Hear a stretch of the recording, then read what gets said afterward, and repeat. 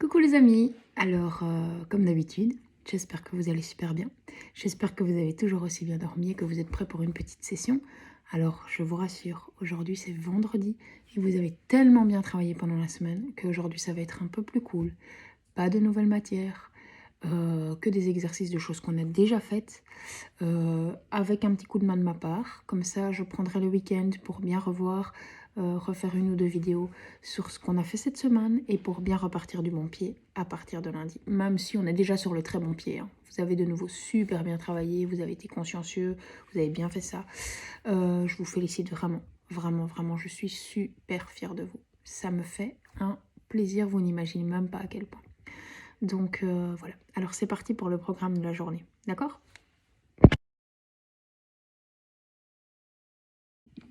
Alors pour le programme de la journée, c'est assez simple. Alors il y en a quelques-uns. Je ne vais pas citer les noms parce que je pense que vous allez vous retrouver. Il y a eu une petite confusion. Dans la vidéo d'hier, je n'ai pas terminé, j'ai pas mis la fin en fait. J'ai pas mis qu'il fallait faire calcul écrit 14. Mais dans le petit récapitulatif, j'avais mis qu'il fallait le faire. Donc, pas grave, pas de panique. Ceux qui l'ont pas fait, j'aimerais bien que vous commenciez par faire calcul écrit 14, d'accord? C'est pas très dur, mais faites attention au report. C'est des calculs à trous, donc faites bien attention au report. Écrivez bien les reports pour que vous puissiez trouver les réponses. Mais je pense vraiment que c'est à votre portée. Quand calcul écrit 14 sera fait, carré de table, je vais vous mettre, cette fois, je vais vous mettre le correctif dans la vidéo. Mais non, je vais pas le mettre dans la vidéo. Vous faites le carré de table, quand il est fait, vous me l'envoyez et je vous enverrai le correctif. Parce que sinon... et après le carré de table, on fera un peu de grammaire. On fera les pages de 12 à 15, mais vous allez voir que franchement, c'est très, très naturel et à votre portée. Vous êtes bon, vous êtes fort, vous êtes des vrais champions. Donc voilà. Et j'aimerais bien aussi, pour finir le programme, c'est tout. Pour finir le programme, j'aimerais bien que sur Math Hero, à partir de... Donc aujourd'hui, j'aimerais bien que plus personne ne soit à la ceinture blanche. J'aimerais bien que tout le monde soit au moins à la ceinture rose. D'accord? Donc ici, j'en ai noté 4 qui sont encore ceinture blanche. Pas dire les noms dans la vidéo, ça sert à rien. J'aimerais que vous fassiez tout ce qu'il faut pour passer ceinture rose. Et pour ceux qui ne sont pas encore connectés à Matero, il faudrait vraiment que vous preniez contact avec moi pour que je vous redonne les codes, les mots de passe et les identifiants et tout ça. D'accord? En avant, c'est parti. Alors voici calcul écrit 14. Donc déjà, je te rassure, il ne faut pas faire la partie d'en dessous. Il faut juste faire la partie d'au-dessus. Donc regarde, à chaque fois, en fait, c'est 835 la réponse.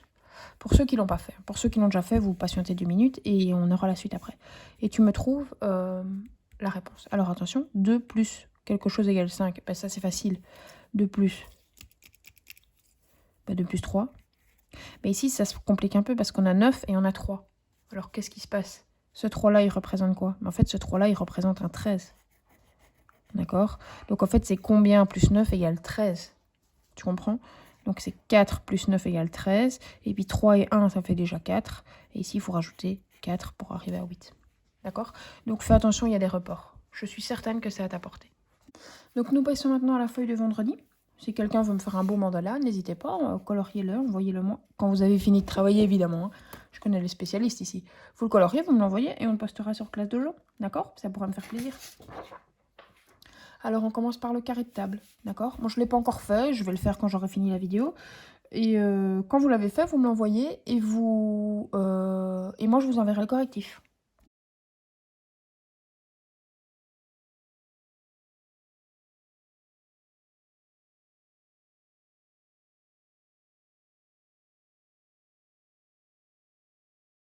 Alors, ici, on passe à la feuille grammaire 12. D'accord?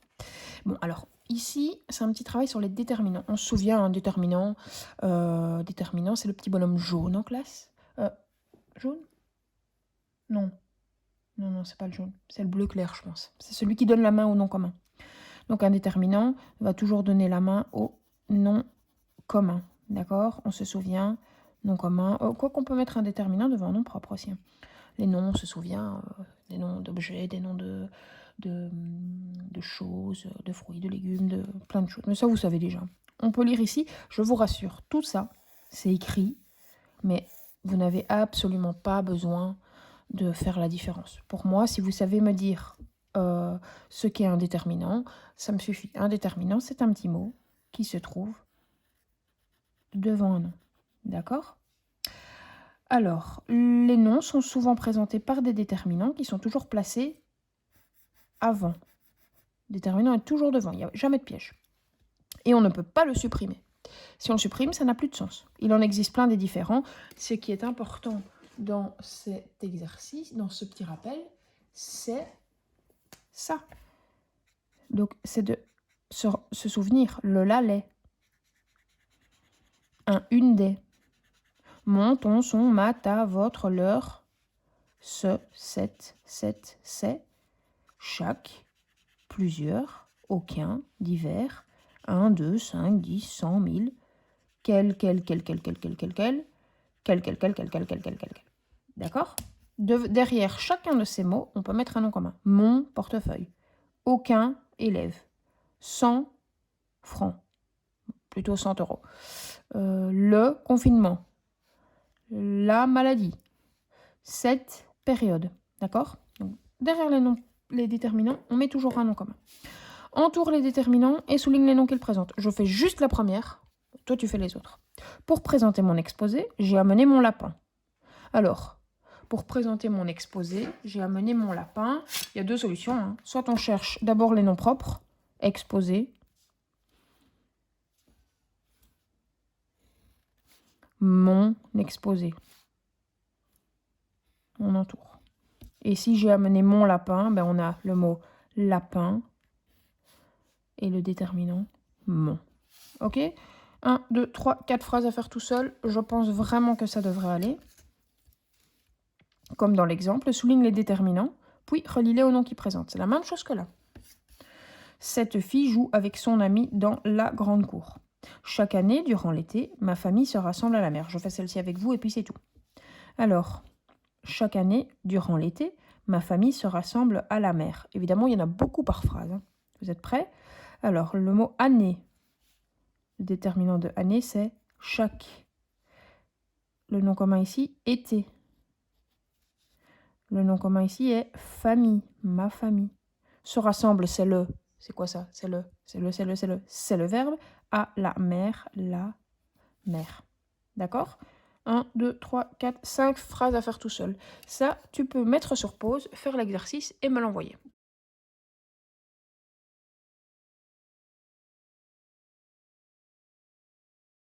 Bon, en faisant la vidéo, je me rends compte que je vous ai donné ici, c'est une erreur en fait. Hein. J'ai mis la page 66, j'ai oublié de mettre la page 67 non, j'ai mis la 67 et j'ai oublié de mettre la 66. Bon, c'est pas grave, on commence par l'exercice 2. C'est pas la fin du monde, je vais vous l'expliquer, j'espère que vous allez vous souvenir. Juste avant, on a vu les déterminants. Donc je te rappelle, les déterminants, ils vont devant le nom. Mais ici, attention, on passe aux adjectifs. Les adjectifs ne sont pas du tout la même chose que les déterminants. D'accord? Les adjectifs, on a travaillé ça avant le confinement. Les adjectifs, ils se placent où? Ils se placent... ils peuvent se placer à plusieurs endroits. Mais surtout, ils servent à quoi? À quoi sert un adjectif? Essaye de te souvenir. Le gros chien méchant. Tu te souviens? Donc, un adjectif, c'est un mot qui donne des informations sur le nom commun. Donc, de nouveau, on s'occupe du nom commun. Sauf que cette fois, on parle de l'adjectif. L'adjectif donne des informations sur le nom commun. Je commence avec toi, tu vas vite comprendre. Souligne les adjectifs et complète les étiquettes. Tu as 2 tantes, et grâce au texte, on va savoir qui est qui. Tante éponge était petite et ronde. Ronde comme un ballon.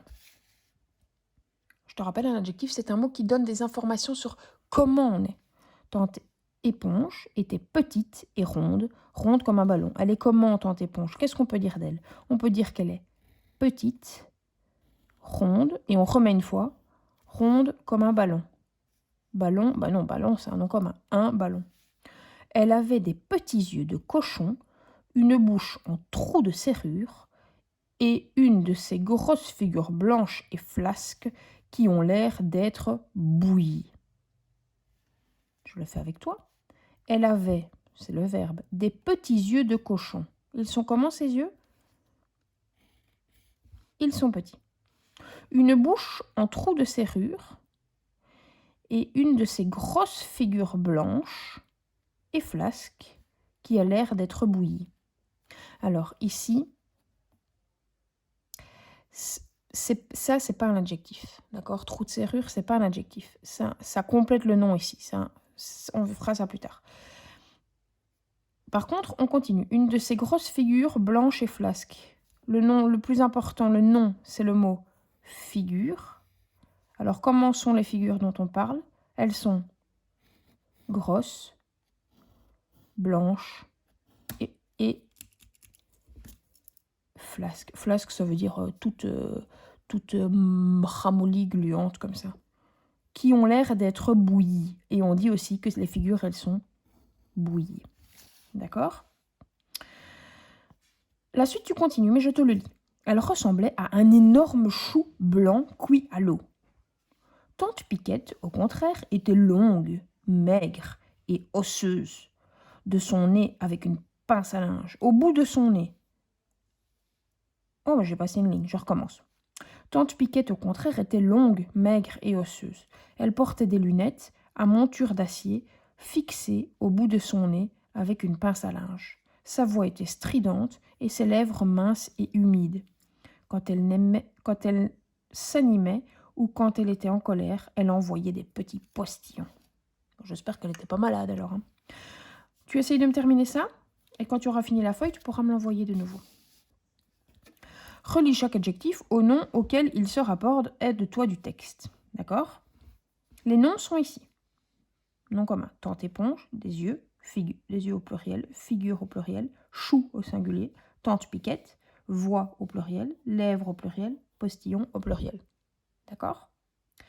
Voix, en fait, X, c'est pluriel au singulier. Et ici, tu as tous des adjectifs. Petite, singulier. Ronde, singulier. Petit, petite, féminin. Petit, masculin. Et ici, pluriel. Grosse, féminin, pluriel. Blanche, féminin, pluriel. Flasque, pluriel. Énorme, singulier. Bouillie, féminin, pluriel. Et ici, il y en a d'autres. Blanc, longue, maigre, osseux, ossu, stridente, mince, humide et petit. Et il faut relier ceux qui vont ensemble. Évidemment, il faut t'aider grâce au texte, hein, d'accord? Mets la vidéo sur pause, fais l'exercice et envoie-moi ton résultat.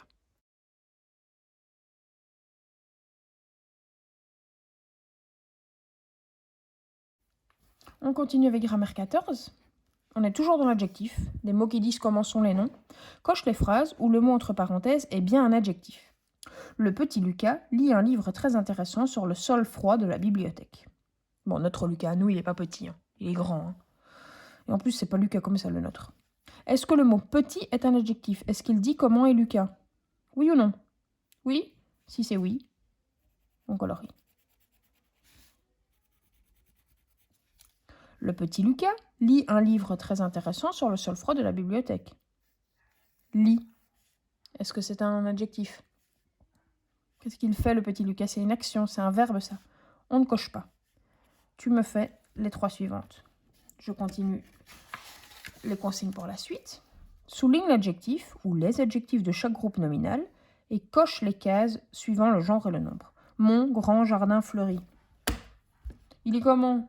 On parle de quoi? On parle d'un jardin et il est comment? Il est grand et il est fleuri. Ils sont tous les deux au masculin ou féminin? Mon jardin. Masculin, singulier ou pluriel? Mon jardin, il n'y en a qu'un. Singulier. Tu peux me faire les 3 suivantes.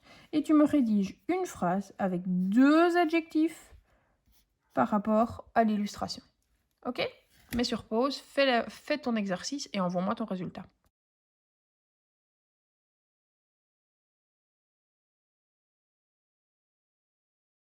Alors, on passe à la 15. C'est déjà la dernière, les amis. On se souvient. De nouveau, une petite explication sur l'adjectif. L'adjectif qualificatif précise l'image qu'on se fait d'un nom. Le chien, il est comment? Il est gros et méchant. Il est poilu et gentil. Il est petit et maigre. En lui apportant une qualité ou une caractéristique. D'accord? Un magnifique paysage, un film comique, une petite voiture rouge. Il prend les formes du nom. Donc si le nom est au féminin, l'adjectif sera au féminin. Si le nom est au pluriel, l'adjectif sera au pluriel. Je te lis les consignes, tu le fais, il ne faut même pas faire le dernier. Tu le fais, 1, 2, 3, et tu m'envoies ton résultat. Souligne les mots qui peuvent être des adjectifs. Seulement des adjectifs, il y a des pièges. Hein. Automobiliste, joyeux, très, joué, tranquillement, terrible, complet, mot. Rouge, nocturne, vivant, agneau, solaire, méchant, vendait et vif. Alors, je te donne un indice, je te dis combien il y en a. Alors, j'en compte 1, 2, 3, 4, 5, 6, 7, 8, 9, 10. Bon, j'en compte 10. J'espère que je ne fais pas d'erreur. J'ai fait ça vite fait. Souligne chaque adjectif qualificatif et relie-le en nombre qu'il précise. Je fais la première avec vous. Le petit chien noir de mon grand-père ira rapidement dormir dans sa belle et nouvelle niche. Le petit chien noir. Qu'est-ce qu'on apprend déjà? On parle d'un chien et on dit qu'il est petit et qu'il est noir. Et vous me faites chaque fois les flèches pour me dire de quoi on parle. On continue. De mon grand-père ira rapidement dormir dans sa belle et nouvelle niche. Est-ce qu'on dit comment est le grand-père? Non, pas du tout. Dans sa belle et nouvelle niche. Elle est comment la niche? Elle est belle et nouvelle. Attention, dans cette phrase, il y a un petit piège. Ouais, madame,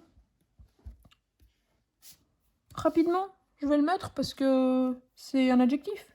Oui, d'accord. Mais il est avec quel nom? Non, rapidement, il est avec dormir. Et dormir, c'est un verbe. Donc, c'est pas du tout un adjectif. C'est un adverbe. On apprendra ça plus tard. Ok? Allez, je fais la suivante avec toi. Pour la fête des mères, nous préparons une jolie petite boîte à bijoux. Pour la fête des mères, est-ce qu'on dit comment est la fête? Grande, petite, non. Nous préparons, c'est un verbe, pas l'adjectif, une jolie petite boîte à bijoux. De quoi parle-t-on? De la boîte à bijoux. Elle est jolie et elle est petite. Qu'est-ce qui est joli et petit? La boîte à bijoux. Ok? 1, 2, 3, 4 phrases suivantes pour toi. Précise chaque groupe nominal par l'adjectif qualificatif de ton choix. Un élève courageux. Par exemple. Alors, attention. Une aventure féminin périlleuse. Féminin. J'en fais un autre. Des devoirs. Masculin pluriel. Virtuel masculin pluriel. D'accord?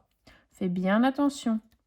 Ton adjectif doit chaque fois être accordé avec le nom auquel il se rapporte. Mets la vidéo sur pause, fais ton exercice et envoie-moi la photo.